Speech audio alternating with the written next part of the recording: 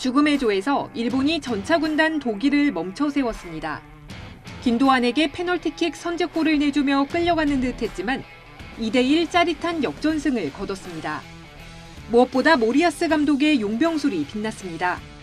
후반에 교체로 들어간 독일파 도안과 아사노가 차례로 득점포를 가동했습니다. 전통의 강호 독일은 러시아 월드컵 한국전에 이어 아시아팀의 2연패를 당했습니다. 극적인 승리에 일본은 열광했고 予想してたけどそれを上回る試合展開だったし内容も良かったのでめちゃくちゃ最高の気分です。 독일은 충격에 빠졌습니다. Keine Ahnung. Gestern haben wir uns doch über Argentinien kaputt gelacht, weil wir gegen Saudi-Arabien verloren haben. Heute stehen wir genauso da wie Argentinien. 사우디에 이어 아시아 돌풍을 이어간 일본 선수들. 우리나라에도 응원을 보냈습니다.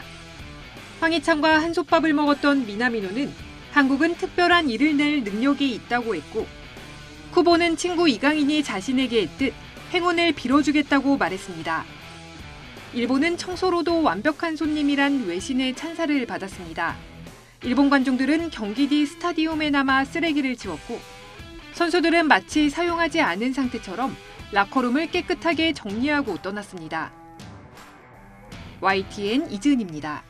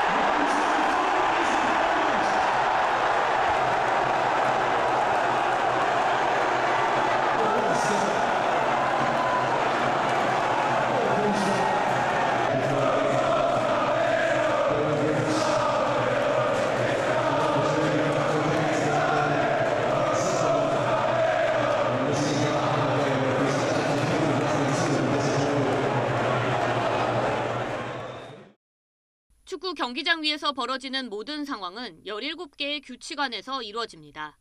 이 중 축구의 전술적 미학을 끌어올린 결정적 규칙은 바로 옵사이드. 하지만 찰나의 순간에 발생하는 반칙이기 때문에 그동안 논란이 끊이질 않았습니다. 2018년 러시아 월드컵부터 비디오 판독 시스템이 공식 도입됐지만 도입 후에도 기준이 애매하고 판정까지 오랜 시간이 걸린다는 문제점이 계속됐습니다. We know that sometimes it takes too long to make a final decision on offside incidents. 이번 카타르 월드컵부터는 옵사이드 50 논란이 사라졌습니다.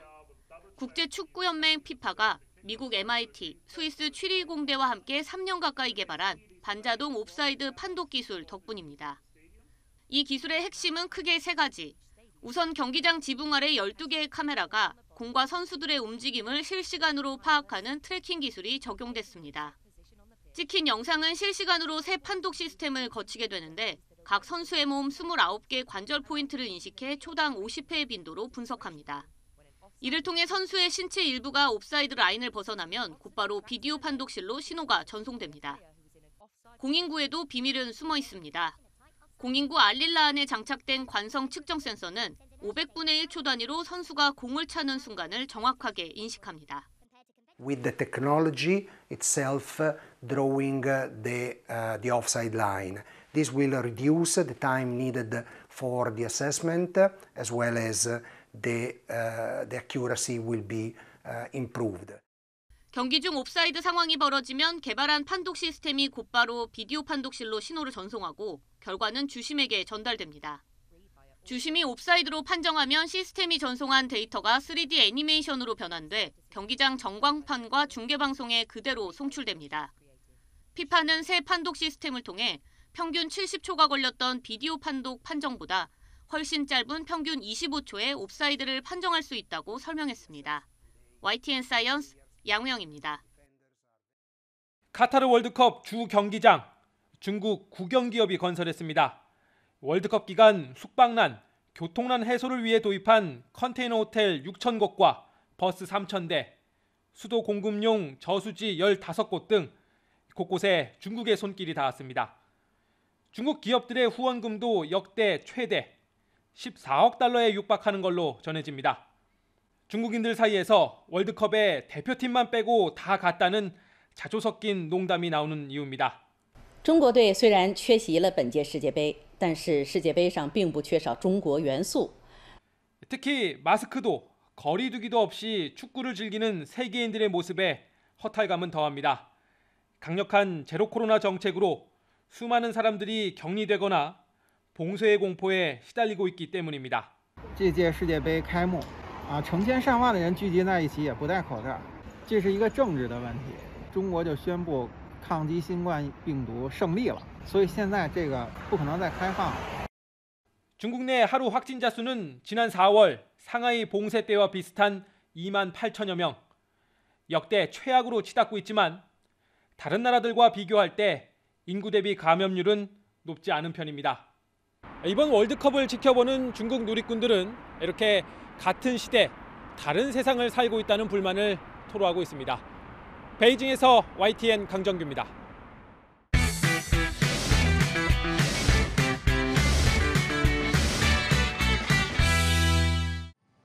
사람이나 화물을 태우고 날 수 있는 UAM 기체가 건물 옥상에 만든 임시 비행장에서 출발해 강변을 한 바퀴 날고 돌아옵니다.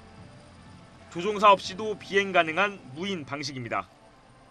올해로 3번째 시연인데 국내 기업에서 만든 기체로는 이번이 처음입니다. 안전을 고려해 사람은 타지 않고 진행했습니다. 최대 이륙 중량 300kg 정도에 최고 시속은 90km대입니다.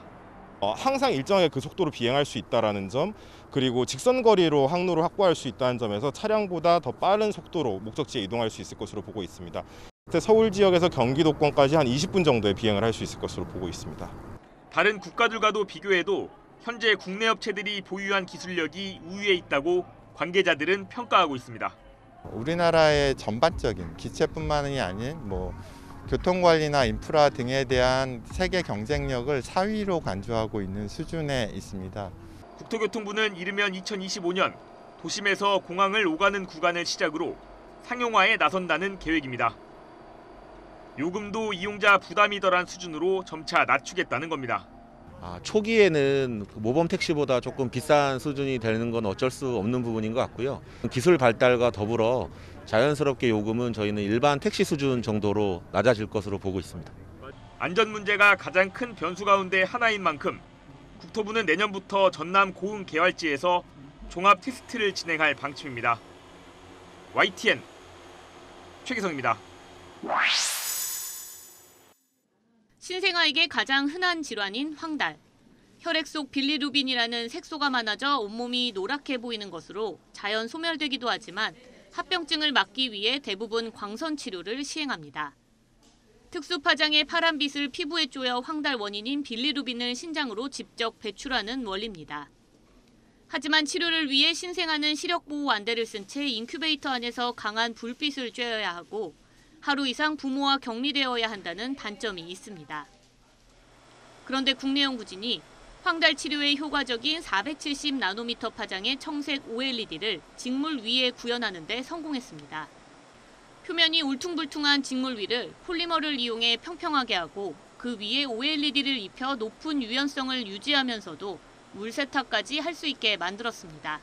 실제로 사용하는 의류 위에다가 패브릭 위에다가 이제 평탄화를 할 수 있는 물질을 코팅을 한 다음에 그 위에다가 이제 전극을 포함한 여러 유기층들을 쌓아서 올레드를 제작을 하고 있습니다. 작은 건전지 1개 정도의 저전압에서도 작동되며 기존 치료기보다 빛의 세기를 10분의 1로 줄여도 황달 치료가 가능했습니다. 연구진은 개발한 웨어러블 청색 OLED로 신생아 혈청에 빛을 쬐은 결과 3시간 안에 빌리루빈 수치가 치료 완료 수준까지 떨어지는 것을 확인했습니다. 이번에 개발한 웨어러블 청색 OLED는 옷감 안쪽에서만 광선이 나오기 때문에 신생아가 옷을 입는 것만으로도 간단하게 황달 치료가 가능합니다.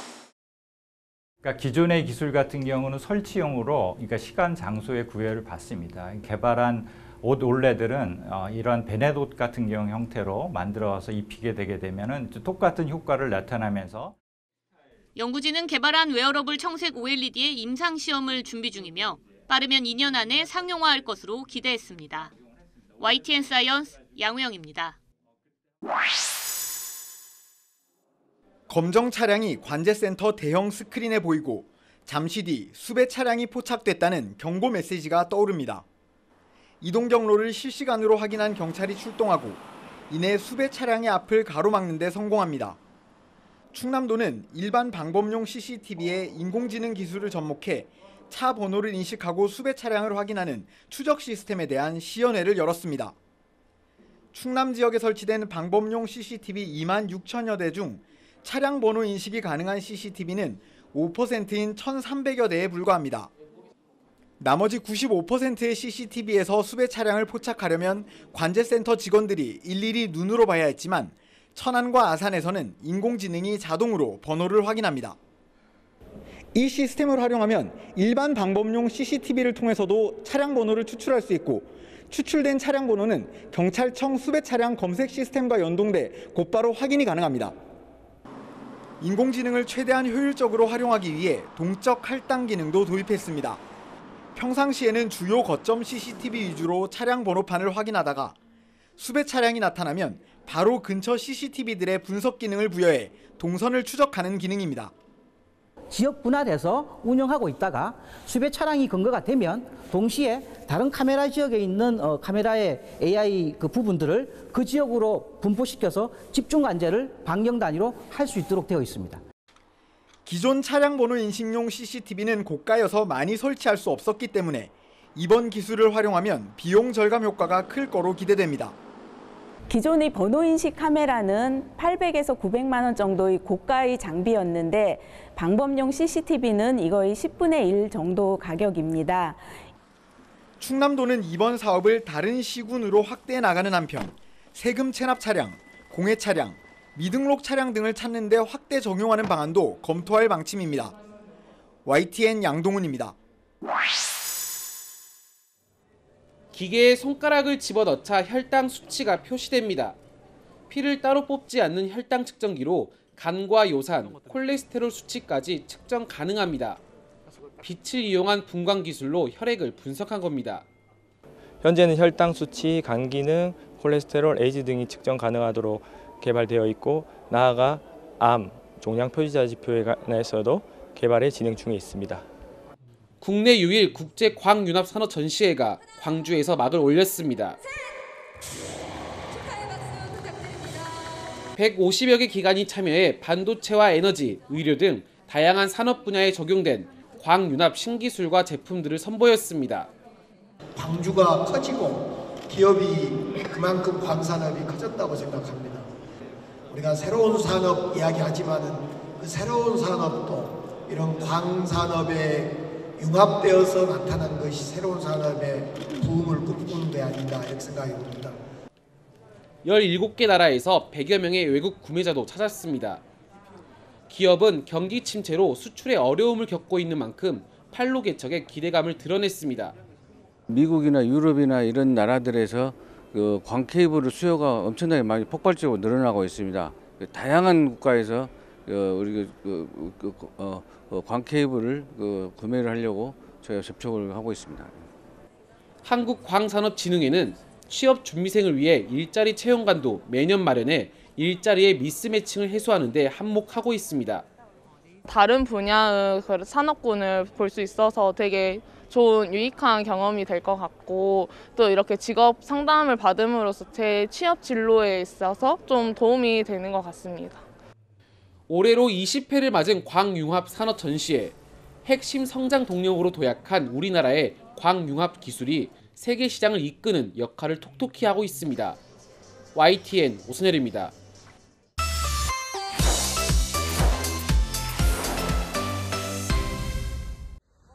올렉시 쿨레바 키이우 주지사는 텔레그램을 통해 러시아가 주요 기반 시설을 공격해 키이우 전역에 전기와 물 공급이 끊겼다고 밝혔습니다. 인명피해도 속출해 키이우에 있는 2층짜리 주택이 파괴돼 최소 3명이 숨지고 6명이 다쳤습니다. 남부 자포리자주에서는 산부인과 병동이 폭격을 받아 신생아가 숨졌습니다. 구조대는 건물 잔해 속에서 어머니와 의사는 구해냈지만 신생아는 숨졌다고 전했습니다. 러시아의 공습은 특히 전력시설에 큰 타격을 주고 있습니다. 우크라이나 국영기업인 에네르고아톰은 남우크라이나 원전에서 다수의 원자로가 가동을 중단했다고 밝혔습니다. 이와 함께 서부의 흐멜리츠키 원전도 가동이 중단된 것으로 전해졌습니다. А потім Росія довела всьому світу, що це все правда, застосувавши 67 ракет по нашій інфраструктурі, по нашій енергетиці, по звичайним людям. 원전 여러 곳의 가동이 중단되면서 우크라이나 전역에서 전기와 물, 난방 공급이 끊겼습니다.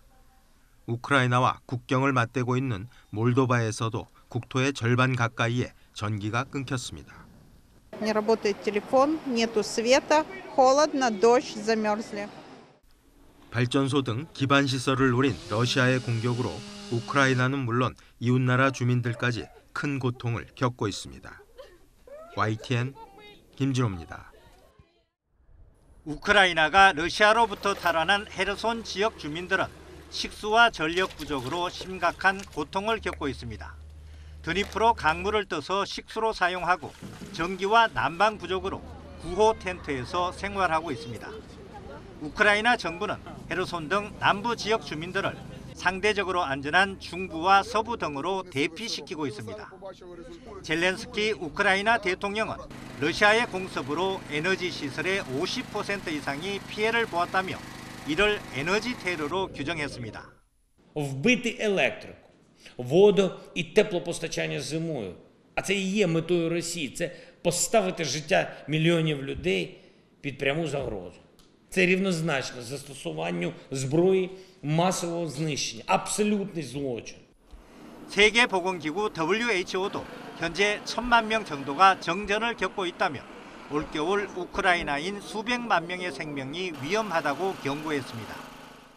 The devastating energy crisis, the deepening mental health emergency, constraints on humanitarian access and the risk of viral infections will make this winter a formidable test for the Ukraine health system and the Ukraine people. 지난 2월 러시아의 침공이 시작된 뒤 의료시설에 대한 공격이 700건 이상 이루어져 병원과 의료시설 수백 곳이 제대로 가동되지 못하고 있습니다. WHO는 올겨울 우크라이나인의 생존이 걸려 있다며 새로 수복했거나 아직 점령 상태인 영토에 인도주의적 보건 통로를 만들자고 제안했습니다. 우크라이나는 위도가 높은 데다 내륙에 위치해 겨울 날씨가 혹독하며 올겨울 일부 지역에서는 영하 20도까지 떨어질 것으로 예측되고 있습니다. YTN 한영규입니다. 이란 이슬람 공화국 초대 지도자 호메니의 생가로 추정되는 건물에 시위대가 불을 지르는 영상입니다. 지하철 역내에서는 정부에 항의하는 시민들의 목소리가 이어지는가 하면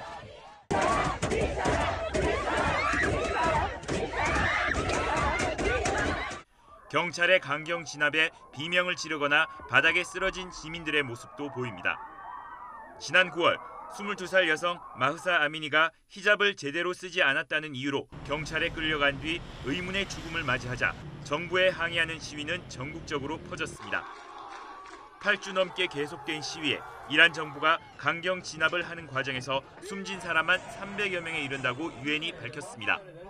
Since the nationwide protests began on the 16th of September, over 300 people have been killed, including more than 40 children.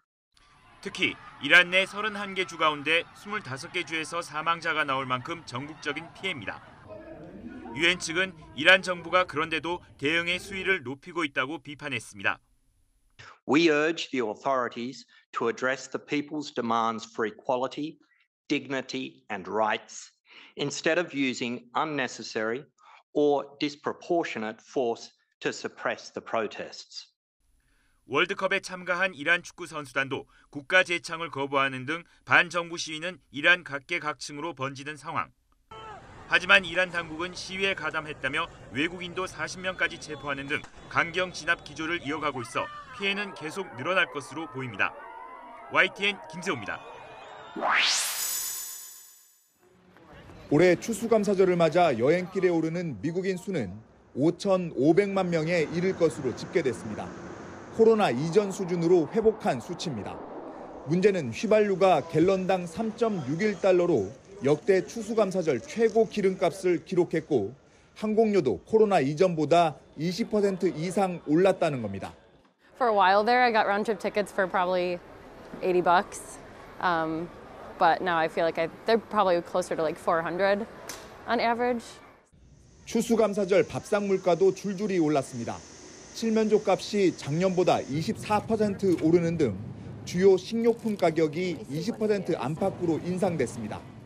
Well, everything's more expensive. I mean, honestly, we raise our own corn to feed our turkeys. 이달 초 열린 연준회의 의사록을 보면 인플레이션 압력이 약화되고 있다는 신호가 거의 보이지 않는다고 평가돼 있습니다. 그러면서 목표로 했던 2%대 물가 상승률을 달성하기 위해선 애초 생각했던 것보다 최종 금리가 더 높아질 수 있다고 관측했습니다. 다만 지금까지 이어온 고강도 금리 인상의 효과를 파악하기 위해 금리 인상 속도를 늦출 필요가 있다고 입을 모았습니다. 따라서 12월 연준회의에서는 자이언트 스텝이 아닌 빅스텝, 0.5%포인트 금리 인상 가능성이 더 커졌지만 내년에도 상당 기간 금리 인상 행진은 불가피할 것으로 전망됩니다. 워싱턴에서 YTN 권윤기입니다. 현지 시각으로 22일 밤 미국 버지니아주 체사피크의 월마트. 추수감사절 연휴를 앞두고 쇼핑객으로 붐비던 대형마트에 총성이 잇따랐습니다. 이번 사건으로 총격범을 포함해 7명이 숨지고 4명이 상처를 입었습니다. 현장에 있던 한 직원은 근무 교대 직전에 직원들이 모여있던 휴게실 문을 매니저가 열더니 아무 말 없이 총을 쐈다고 말했습니다. And the suspect is dead from what we believe was a self-inflicted gunshot wound. He wanted to know was the shooter an employee of Walmart, and we were able to confirm that. 가해자와 희생자가 직원으로 드러난 월마트는 비극적인 사건으로 충격을 받았다며 피해자들과 지역사회 그리고 우리 직원들을 위해 기도하고 있다고 애도했습니다. 사건이 벌어진 버지니아의 주지사는 흉악한 폭력 행위는 우리 사회에서 설 자리가 없다며 체사피크에서 벌어진 일 때문에 우리의 가슴이 찢어진다고 마음을 표했습니다. I know it pains all of us to be together today on this day of incredible tragedy and unimaginable sadness. 이번 사건은 콜로라도의 성소수자 나이트클럽 총기 난사로 5명이 숨지고 17명이 다친 지 사흘 만에 발생했고 지난 5월에는 텍사스주의 한 초등학교에서 총기를 든 괴한이 난입해 21명이 숨지기도 했습니다. AP통신은 자체 통계를 들어 미국에서 4명 이상 사망하는 다중살인 사건이 올해 들어 40건 벌어졌다며 이는 2019년에 이어 두 번째로 많다고 지적했습니다. YTN 조용성입니다.